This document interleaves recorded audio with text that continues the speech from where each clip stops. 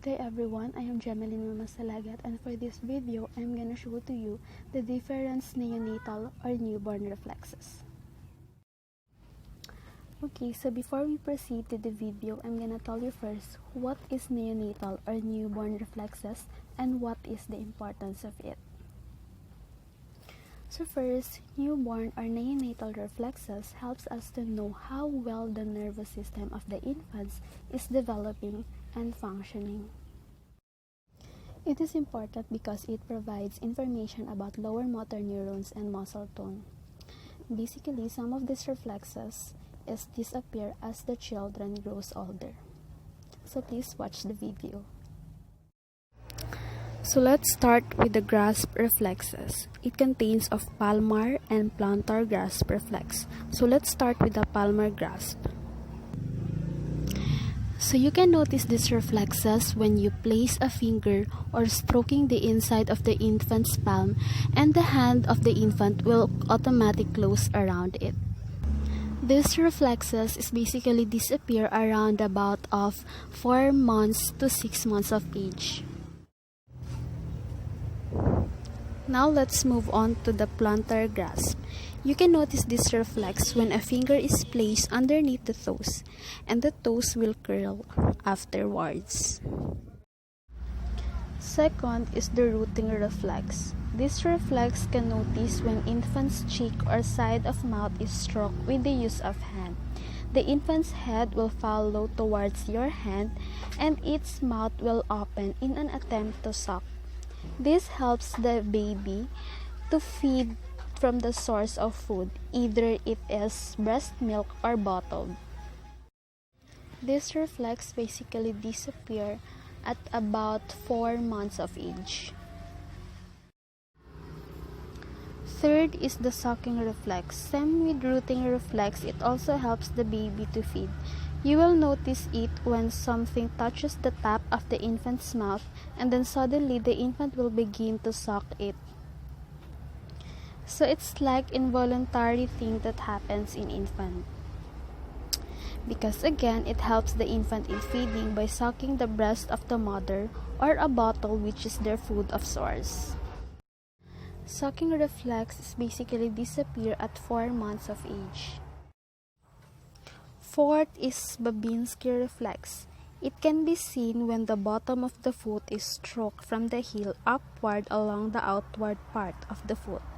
Basically, with this action, you will notice the big toe in the position of dorsiflex, so it's going to bend backward, while the other toes will going to spread out. This reflex disappear at 12 months of age.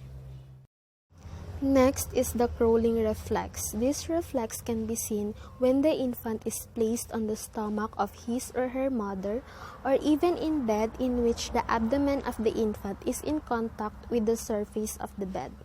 So by the use of hand that will apply pressure to the sole of the infant's foot, you can see that the infant will attempt to push against the hand and move the arms and legs in a crawling-like motion.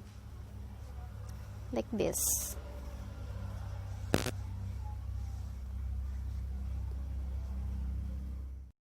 This crawling reflex disappear after few weeks to months after birth. Next one is the step reflex. This reflex can be seen when holding the infant upright with legs and feet touching a surface, and infant will tend to move the legs like taking steps or walking. This reflex disappear at the age of 3 to 4 months. Next is the blinking reflex. In this reflex, the infant's eyes will blink when they are touched or when a sudden bright light appears.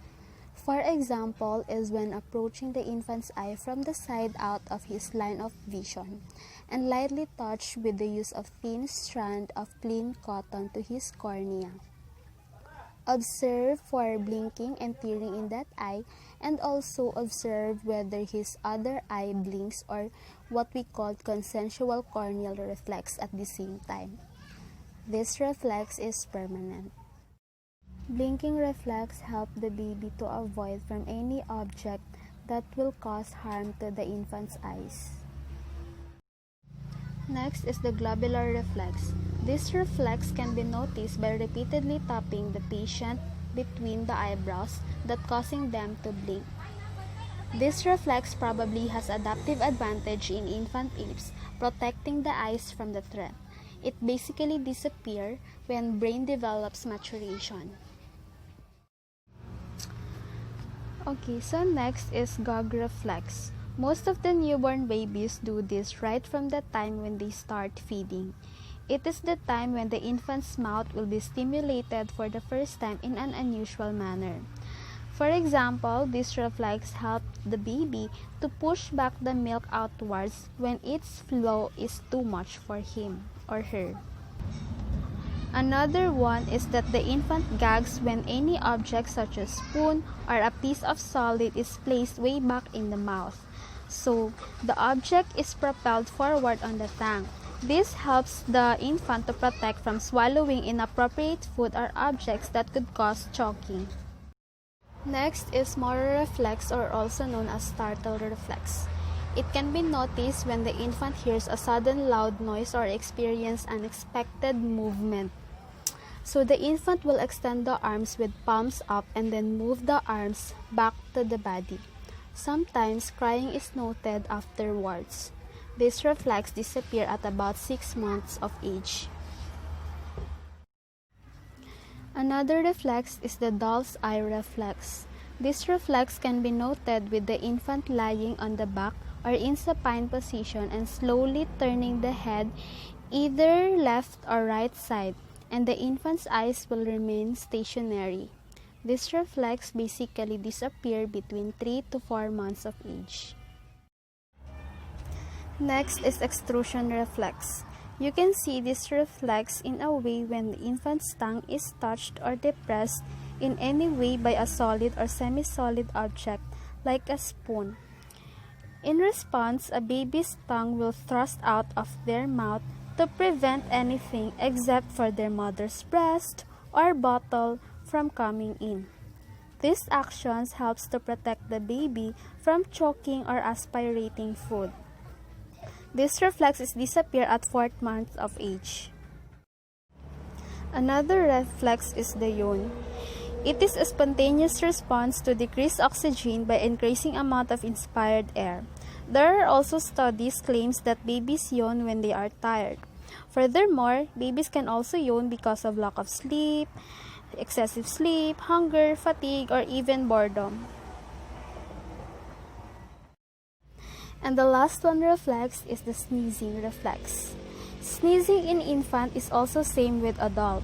This reflex happens when the nasal passages are irritated. Unlike a lot of other reflexes, sneezing reflex is one that sticks around as the baby grows and into adulthood. Thank you for watching. I hope you enjoyed this video and I hope you learned something from this video. Thank you.